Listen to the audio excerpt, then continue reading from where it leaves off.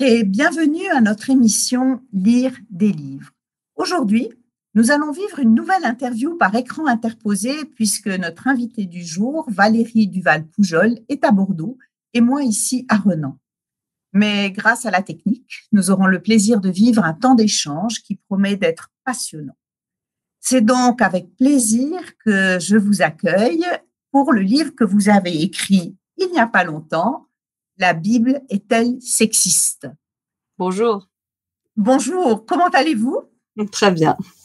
Merci d'avoir accepté d'être là pour ce temps d'interview pour faire connaître en fait votre nouveau livre.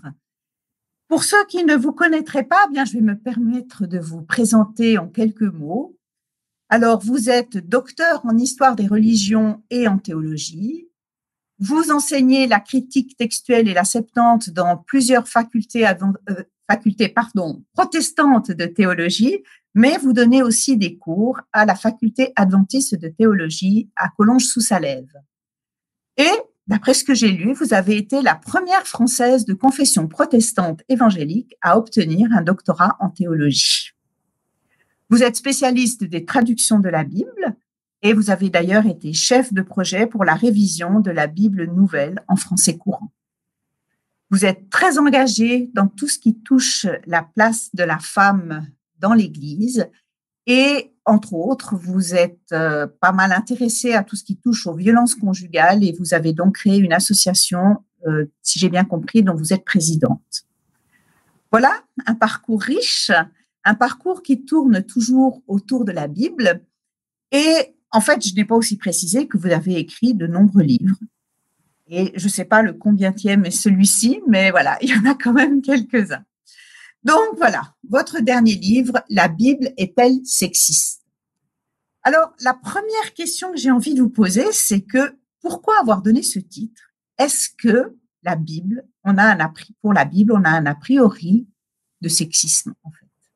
Oui, c'est ça. En fait, je donne très régulièrement des formations, des conférences et je me suis rendu compte que c'était une question qui revenait très souvent, en particulier de la part des lectrices et des chrétiennes.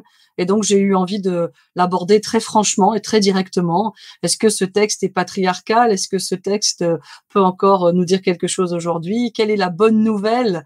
Quel est l'évangile? C'est la traduction de bonne nouvelle. Quelle est la bonne nouvelle pour les femmes d'aujourd'hui dans ce texte millénaire? Donc, d'où la question et le livre. D'accord.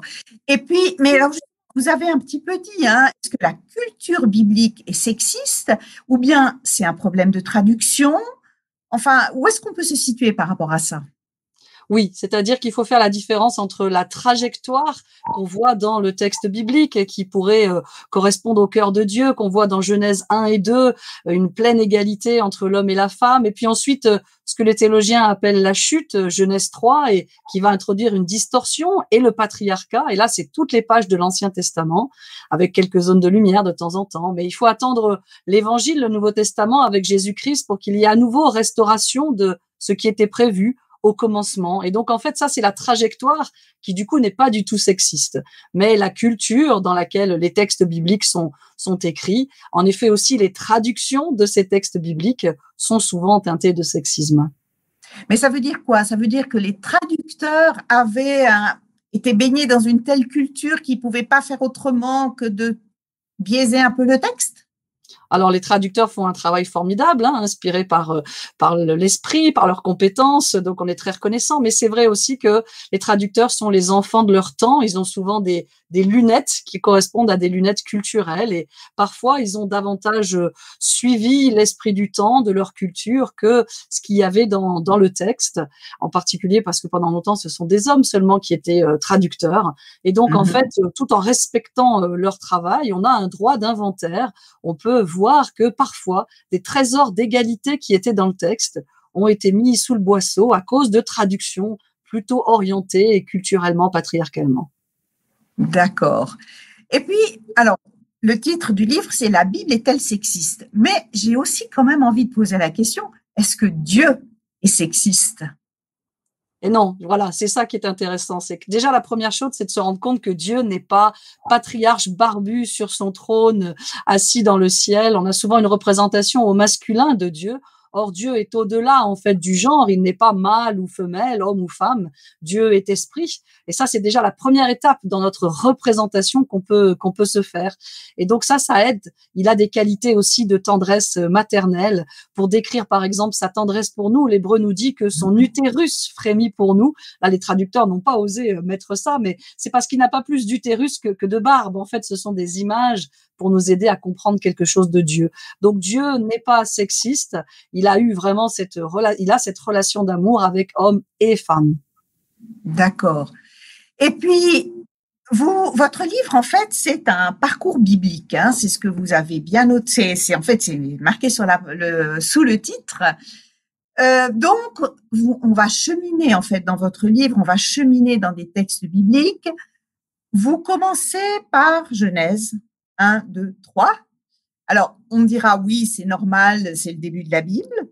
Mais est-ce qu'il y a autre chose derrière le fait de commencer par ces textes de la Genèse, qui sont quand même les textes fondateurs? Oui, même lorsqu'on vient interroger Jésus sur ce qu'il pense de l'homme, de la femme, lui-même répond au commencement. Et donc c'est vrai que c'est là qu'on doit aller puiser les réponses sur ce qui était prévu au commencement dans le cœur de Dieu. Et c'est bien là les textes fondateurs, en effet, comme vous dites, comme s'ils donnaient le ton en fait à l'ensemble, au reste des Écritures. Donc c'est indispensable de retourner là dans ces textes magnifiques d'un grand condensé, d'une grande profondeur, mais qui du coup n'ont pas été écrits en français. Et donc, il faut aller retrouver l'hébreu pour retrouver parfois la saveur de ces passages-là.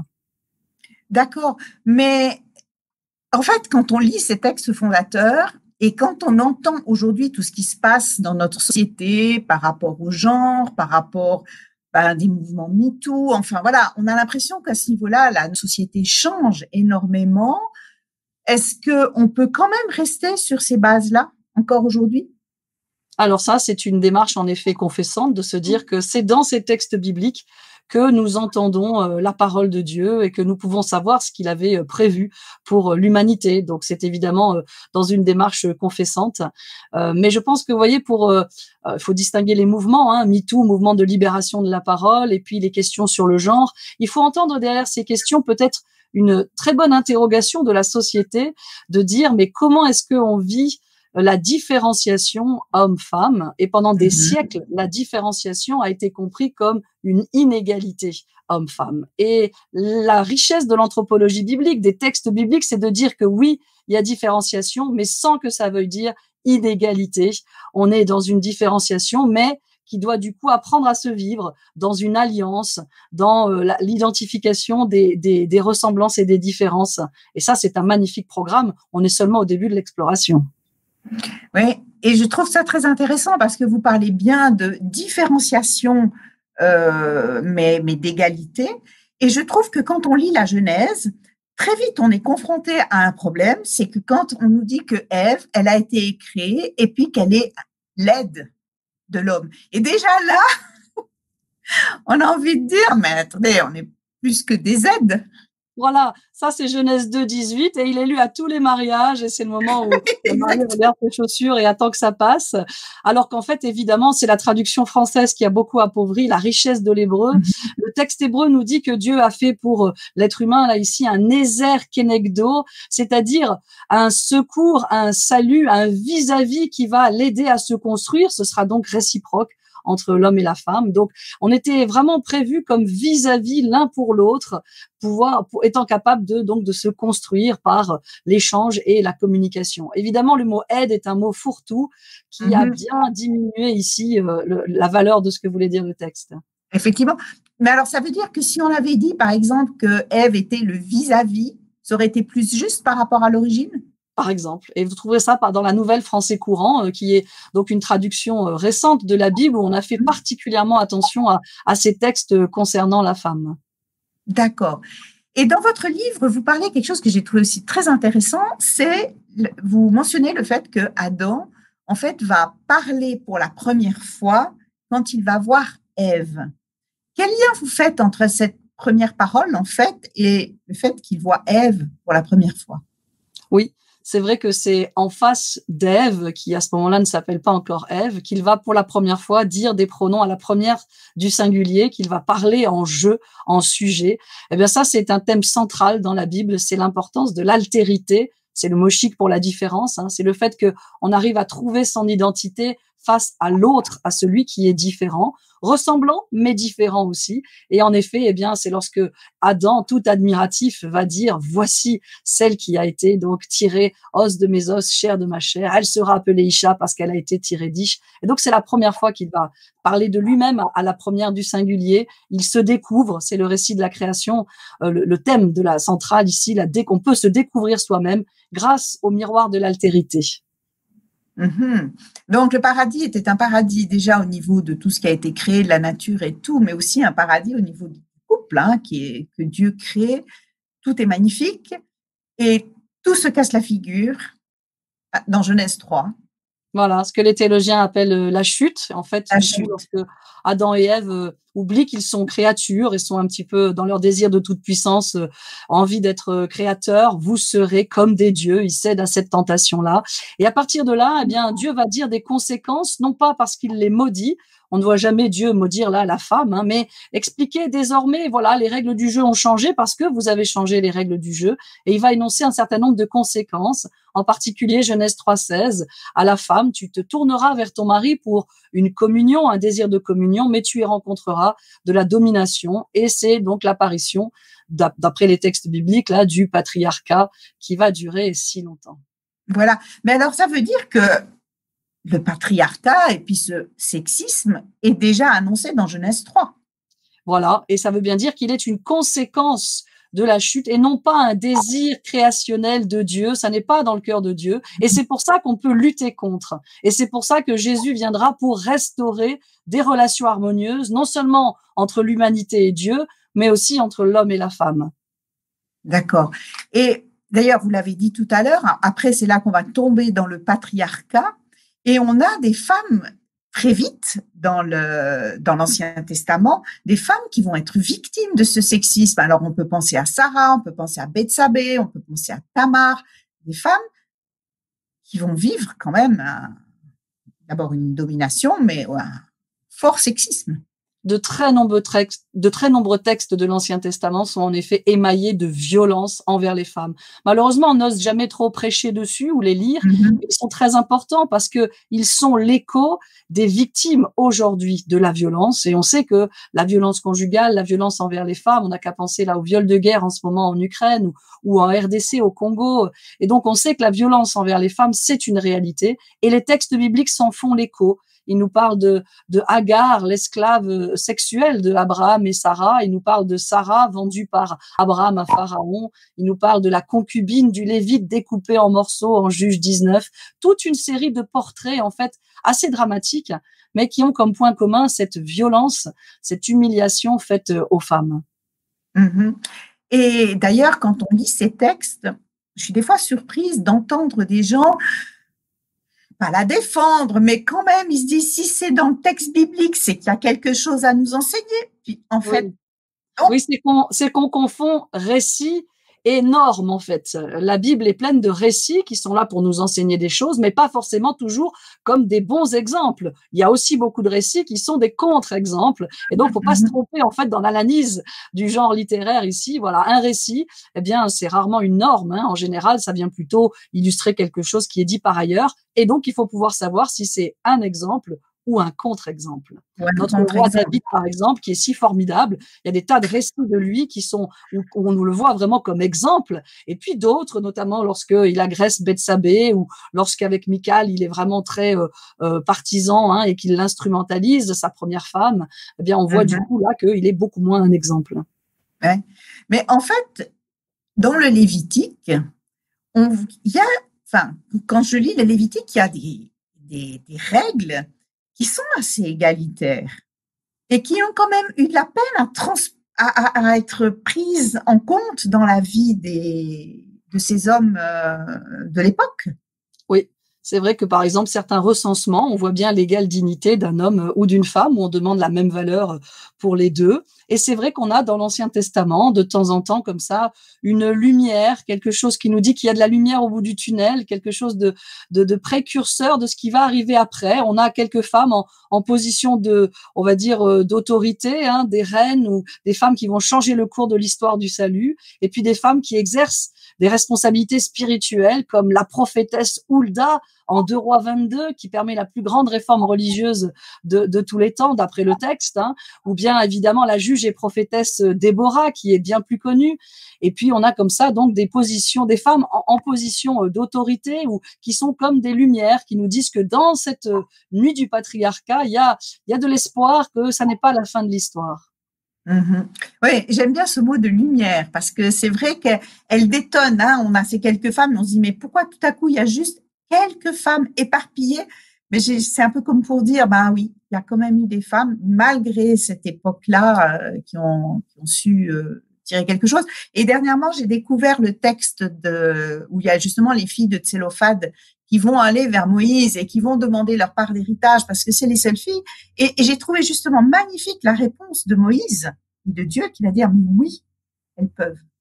Oui, et ça fera jurisprudence. Leur audace Exact. va faire que désormais, lorsque il n'y a pas de frères et que des filles pour hériter, les filles auront le droit d'hériter aussi. C'est un encouragement évidemment à l'audace. Elles étaient seulement dans une quête de justice et Dieu voit le cœur des personnes.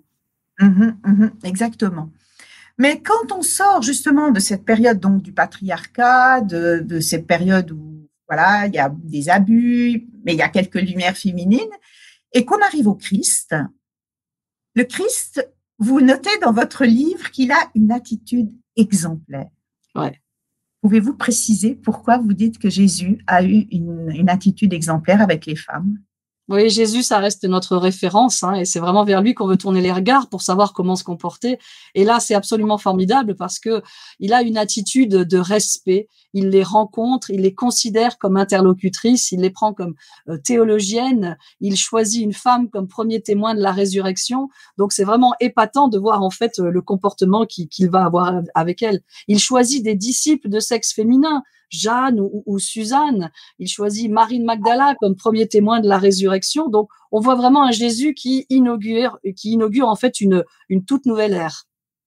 Oui, mais alors c'est drôle parce que vous dites elles sont disciples, mais en fait, on en voit, par exemple, Jeanne, il me semble qu'on ne la voit que à la croix et à la résurrection. Et Luc 8 dans une liste des disciples aussi. Ouais, tout à fait. D'accord. C'est très intéressant. Luc construit son évangile avec un matériau toujours double par paire. À chaque fois qu'il va avoir un passage sur un homme, il y aura un passage parallèle sur une femme. Et donc, il y a une liste des 12 apôtres, mais il y aura aussi une liste du coup des femmes qui l'accompagnent en Luc 8. Et on nous parle notamment de Jeanne et Suzanne. Ah, très intéressant, parce que j'ai toujours trouvé que Luc était l'évangéliste le plus féministe. Mais apparemment, ça se vérifie même quand on regarde. Dans l'architecture même de la construction du matériau qu'il utilise, absolument. D'accord, ok. Et puis, alors, on a Jésus, un exemple, et puis Paul, parce que Paul, on lui donne souvent un peu on a un regard un peu sur un homme misogyne. Mais non, oui, c'est vrai, hein, mais là, on va dire que Paul n'est pas le misogyne qu'on pense. Vous voyez, donc Jésus avait instauré ce nouveau souffle et les toutes premières communautés chrétiennes sont exactement dans ce même souffle-là. À la Pentecôte, on voit des femmes et des hommes qui reçoivent le même Saint-Esprit. Le signe de l'appartenance dans l'Église, eh bien, c'est le baptême. Il n'y a pas un baptême bleu et un baptême rose. C'est le même baptême pour tout le monde. Et donc, les toutes premières communautés chrétiennes vivent cette égalité-là. Et en effet, Paul lui-même va avoir de nombreuses collaboratrices. Et la présence de ces collaboratrices, malheureusement peu souvent connues, eh bien, fait que ce sont les autres textes de Paul qu'on a mal compris, en fait. Si on veut avoir un exemple de ces collaboratrices, et elles sont tellement nombreuses, c'est quand il parle d'Évodie et Saint-Tiche à la tête de l'église de Philippe, les 4 filles de l'apôtre Philippe qui ont un don de prophétie à Césarée, Chloé, grâce à laquelle on a la première lettre aux Corinthiens, on a Nympha à Laodicée, Tryphène, Tryphos, Persis. Ça, c'est des noms de femmes, hein. On croit des fois que c'est des noms d'hommes. D'accord. Ça, c'est des noms de femmes. Elles travaillent dur pour le Seigneur. Et puis, bien sûr, Priscille, enseignante d'enseignants, Phoebé, responsable de l'église de Sancré, et Junia, l'apôtre Junia, qu'il salue en Romains 16:7, mais qu'on connaît peu parce que les traducteurs l'ont masculinisé en ajoutant un petit s au XIIIe siècle. Mais vous voyez une liste nombreuse de collaboratrices qui nous dit bien toute l'estime que l'apôtre avait pour les femmes et quand elles sont dans l'exercice des dons reçus par le Seigneur. Alors, quand je vous entends, je me dis, mais pourquoi est-ce que l'Église d'après a basculé en fait, dans une Église où les femmes n'avaient plus le droit à rien du tout? Oui, on a appelé ça la repatriarcalisation de l'Évangile. Et malheureusement, on peut l'identifier assez clairement dans l'histoire de l'Église, au 3e, 4e siècle de notre ère, lorsqu'on a abandonné les églises de maison, parce que jusque-là, il n'y avait pas de bâtiment église, hein, on se retrouvait dans les villas romaines, là, hein, donc dans les églises de maison, et dans ce cadre-là, des femmes étaient en situation d'autorité, elles pouvaient diriger seules ou en couple, elles pouvaient, comme Priscille et Aquila, elles pouvaient diriger ces églises de maison. Et à partir de la conversion de l'empereur 325, Constantin, eh bien, le christianisme devient religion officielle et on va construire des bâtiments physiques pour l'Église. Et donc, à ce moment-là, l'Église quitte la maison et va davantage se plier au code culturel qui était en effet là pour la femme, eh bien un silence dans la vie publique et dans la prise de parole publique. Donc on voit bien un tournant. Nos textes à nous du Nouveau Testament attestent encore de cette période où les femmes exercent des responsabilités. Ah, c'est très intéressant l'idée de ce basculement en fait avec la fin des groupes de maison, si je vous comprends bien. Ou des églises maisons. C'est vrai faut pas projeter non plus totalement ce qu'on vit aujourd'hui parce que c'était des grandes maisons où du coup on accueillait, la famille était au sens large aussi, tous ceux qui habitaient sous ce même toit. Donc tous ces vestiges qu'on trouve d'églises paléo-chrétiennes et tout datent d'après les années 300 en fait. Voilà, c'est ça. D'accord. Avant ça, on se réunit à la synagogue ou dans une église maison. Paul en salue plusieurs, l'église qui se réunit chez Marie, l'église qui se réunit chez Priscille. Et donc, on a comme ça plusieurs églises maison. Mais comment prendre alors ces textes de Paul? Alors bon, bien sûr, il y a Éphésiens 5, déjà, bon, on commence un peu à le comprendre, mais quand on a tous ces textes où Paul dit que les femmes se taisent dans l'assemblée, que voilà, il y a tout des règles, et certains personnes aujourd'hui s'appuient là-dessus pour dire non, non, non, on ne doit toujours pas laisser la place aux femmes. C'est vrai. Et alors, en fait, ce qui se passe là, c'est que souvent, les gens vont ouvrir le texte biblique et nous dire « il est écrit, il est écrit ». Mais ce que tu me montres, c'est du français et le Nouveau Testament a été écrit en grec. Et donc, c'est intéressant de retourner voir ce qu'il y a dans le grec. Et là, on se rend compte que souvent, il y a quand même eu des traductions aussi très, très orientées. Je vais donner un exemple, c'est que en grec, on a un mot anthropos qui désigne l'homme et la femme. Ça a donné le mot anthropologie, par exemple. Et donc, Paul va facilement l'utiliser lorsqu'il veut dire que quelque chose concerne les hommes et les femmes. Mais nos traducteurs en langue française ont toujours traduit par homme, ce qui fait que le lecteur, la lectrice française ne sait pas si l'homme et la femme étaient inclus, compris ou pas. Et donc, dans les textes sur l'enseignement, ça va avoir des effets. Je pense à 2 Timothée. Lorsque Paul encourage Timothée, l'enseignement que tu as reçu, transmets-le à des hommes dignes de confiance. Si je lis ça en français, j'ai l'impression que l'enseignement, c'est par des hommes, pour des hommes, alors que le grec dit anthropos, transmets-le à des personnes dignes de confiance. Il y a aussi des enseignantes. Ça aussi, vous avez pu corriger quand vous avez traduit la Bible nouvelle en français courant? Mais oui, le texte résiste. C'est ça la bonne nouvelle. Le texte résiste. Et lorsqu'on est tenté de plus suivre la culture que l'évangile, eh bien, finalement, on arrive à redécouvrir les richesses aussi du texte. Et dans la nouvelle français courant, on a pu suivre ça. Si vous voulez creuser aussi toutes ces questions, parce qu'il y a le livre, bien sûr, mais j'organise aussi des formations sur un site ouvronslabible.com en ligne depuis chez vous en chaussons. Et on peut creuser, du coup, toutes ces questions, notamment l'histoire des manuscrits aussi. Pourquoi je parle de l'histoire des manuscrits? Parce que pour Éphésiens 5 que vous avez mentionné, c'est absolument énorme ce qui s'est passé. On avait tout un chapitre qui était influencé par un verset, le verset 21, « Soyez soumis les uns aux autres ». Et là, il y a eu une construction des traducteurs qui ont mis un point à la fin de 21 et qui ont recommencé une nouvelle phrase en 22, qui ont rajouté un verbe qui n'y était pas dans le grec, « Femmes, soyez soumises à vos maris », et qui ont séparé 21 et 22 avec un énorme titre, les devoirs de l'épouse chrétienne. Ce qui fait que quand on arrive dans ce chapitre, on ne voit pas le verset 21, soyez soumis les uns aux autres, qui donne le ton pour l'ensemble du chapitre. Ça, c'est une construction qui a fait beaucoup de tort. Oui, c'est ça. Et en fait, on se rend compte qu'on a lu la Bible et puis qu'on l'a lu imparfaitement, parce qu'en fait, les traductions ont été quand même passablement biaisées. Alors, elles sont souvent très bonnes, mais c'est vrai que parfois, elles ont plus suivi Ouais, la culture de la l'époque que l'Évangile. culture, c'est Et ça. alors, l'antidote, c'est d'oser en comparer plusieurs. C'est quand vous êtes dans l'étude d'un texte, d'oser en ouvrir plusieurs et vous verrez là déjà que ça ferme certaines portes d'interprétation. Effectivement. Nous arrivons gentiment au terme de notre interview, puis j'ai envie de revenir au titre de votre livre qui dit La Bible est-elle sexiste? Alors j'ai envie de vous poser la question, la Bible est-elle sexiste? Non, non, elle est une bonne nouvelle, un évangile pour non seulement les femmes d'aujourd'hui, mais pour tous ceux qui ont envie du coup de creuser la question, parce que la Bible, c'est aussi un patrimoine pour l'humanité entière. Donc j'invite chacun qui a envie d'en savoir plus, de mieux découvrir ces portraits. J'ai fait une galerie de portraits aussi, d'oser venir dans ce livre. D'accord. Mais ce qui veut dire à quelque part, c'est que ce livre peut être lu, que ce soit ici en Europe, en Asie, en Afrique, et que chacun va s'y retrouver, que cette Bible, en fait, parle, quelle que soit la culture dans laquelle nous vivons. Oui, il y a beaucoup d'universel en fait dans ces éléments, notamment en Genèse 1 et 2 où on voit le cœur de Dieu et puis du coup dans la suite l'attitude de Jésus comme nous croyons en un Jésus mort et ressuscité, ça veut dire vivant aujourd'hui et donc ça veut dire qu'on a envie de savoir comment il est ce Jésus. Et comment ça je peux le savoir? En lisant ce qu'il était dans les évangiles. Et là, moi, je donne des clés justement pour mieux découvrir toutes les femmes qu'il a rencontrées pendant son ministère. Ouais, d'accord. Et une dernière question, pourquoi lire votre livre? Oui, si on a envie, si ça nous est déjà arrivé d'ouvrir un texte et de le trouver difficile, distant, et du coup d'avoir été découragé parce qu'on y trouvait, ou alors si on se dit on n'ose pas peut-être ouvrir le texte biblique, on ne sait pas par où l'attraper, ou si tout simplement, ben voilà, on a envie d'en savoir plus sur les femmes de la Bible, eh bien là, on trouvera vraiment de la bonne nourriture et c'est très varié avec entrée, plat, dessert. On y trouvera un petit peu toutes sortes de choses dans le livre ou sur ouvronslabible.com si vous voulez aussi aller plus loin. D'accord. En tout cas, vraiment, je veux vous remercier pour d'abord d'avoir écrit ce livre, d'avoir osé entrer sur un sujet qui est peu abordé. Alors, les livres sur la Bible et les femmes, ça existe, et oui, mais d'avoir osé aborder vraiment ce thème dans toute la Bible. Alors, merci d'avoir pris ce temps d'être là, de nous parler de votre livre.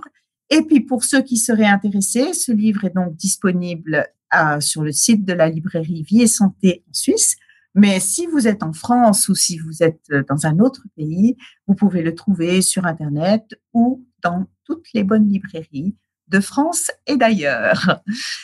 Alors, merci à vous, je vous dis au revoir et ce fut un plaisir de partager ce temps avec vous. Et merci à vous tous qui nous suivez sur la chaîne YouTube d'Espoir Média ou sur Adventplay. Si vous avez aimé cette émission, n'hésitez pas à la liker, n'hésitez pas à la partager. Et moi, je vous dis à bientôt pour un prochain Lire des livres sur Espoir Média. À bientôt. Merci, au revoir.